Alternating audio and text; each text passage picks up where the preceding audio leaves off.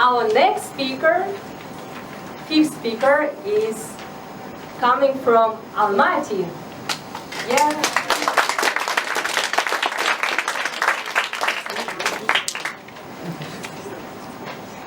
He's teaching English, and he won internal contest of Almaty Toastmasters Club. His notable accomplishments are winning Almaty Taekwondo Championship and Scholarship Award for the Overseas Korean Foundation. His interests are education, sports, and public speaking. And his favorite quote is from book of Friedrich Nietzsche: "He who has the right to live can bear any harm." Let's welcome to the stage Vladislav Son. Hi, my name is Vlad. Hi, my name is Vlad, Vladislav Son.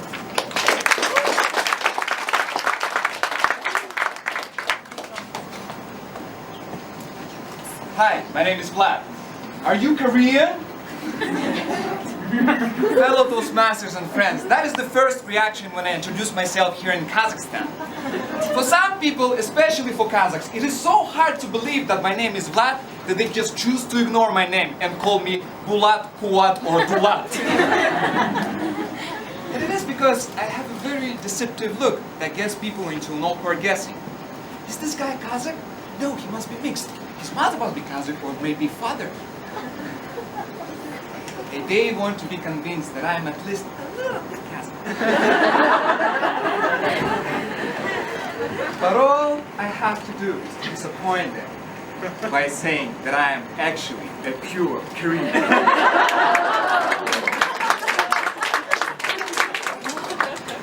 Looking like Kazakh sometimes gets me in difficult situations with taxi drivers who talk to me totally in Kazakh. What a beautiful weather, isn't it? Did you see how expensive gasoline became? And since I don't speak the language, the only answer I can give to him is yes. What a beautiful weather, isn't it? Yes. Did you see how expensive gasoline became? Oh yes. And every taxi driver likes to complain about young people not speaking their native Kazakh. What a shame! Nowadays, young people cannot speak their own language. You young men, you speak Kazakh, don't you? And here I am, a Kazakh-looking Korean, speaking no Kazakh at all. I'm just silent, responding nothing. He just complained about the problem, and here I am, silently affirming his words. And that's where my name rescues me. He angrily asks, "What's your name?" I say, "My name is Vlad." And after hearing that, he starts to feel relief because a Kazakh man with Russian name is Korean man. And Koreans can be forgiven for not speaking Kazakh. You know, it's funny because Korean community got so assimilated to the local culture that we are called a foreign Druze, which is an additional Kazakh tribe. But still many ask me, "Vlad, how did you Koreans happen to be here?" You won't believe that Korean people were nomads too. However, not by choice, but by force of their circumstances. At the beginning of 20th century, running away from Japanese occupation in Korean peninsula, my great-grandfather successfully settled in the far eastern Russia with many others. They were given Russian names, they built their own communities, they built houses, schools, and farms.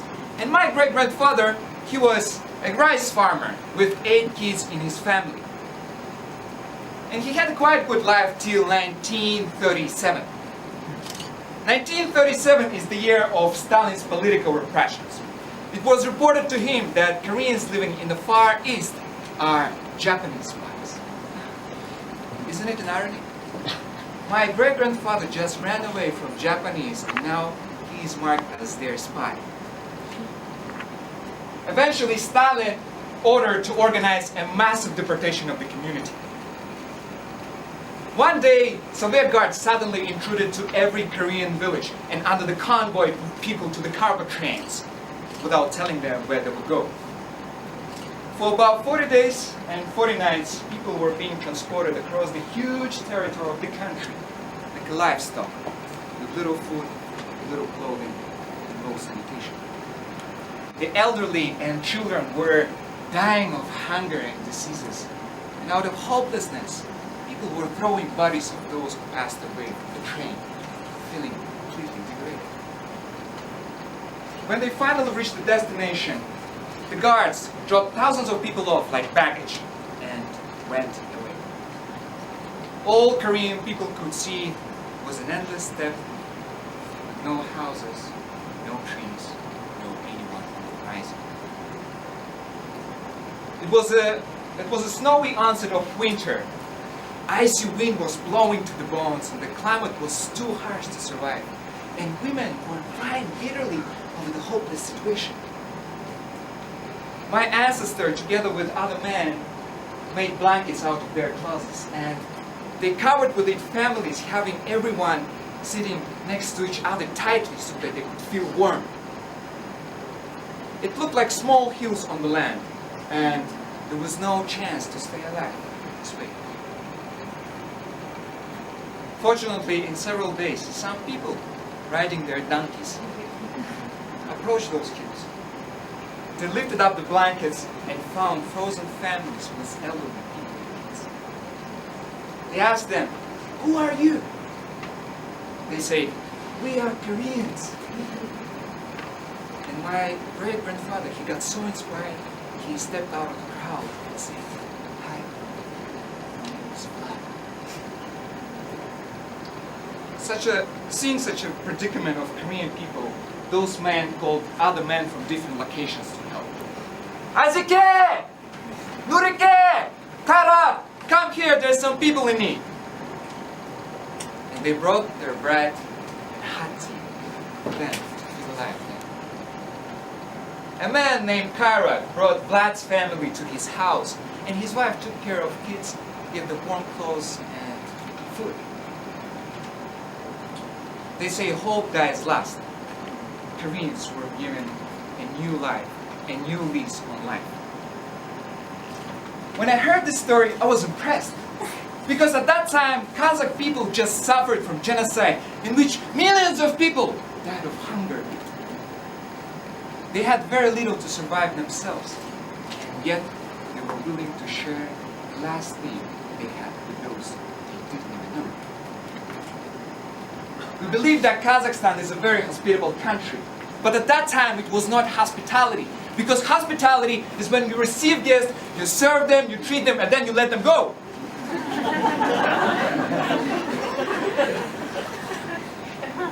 Those families, however, did something more. They shared the last piece of their bread. They shared the last corner in their houses to accommodate families with many kids, despite having a number of their own.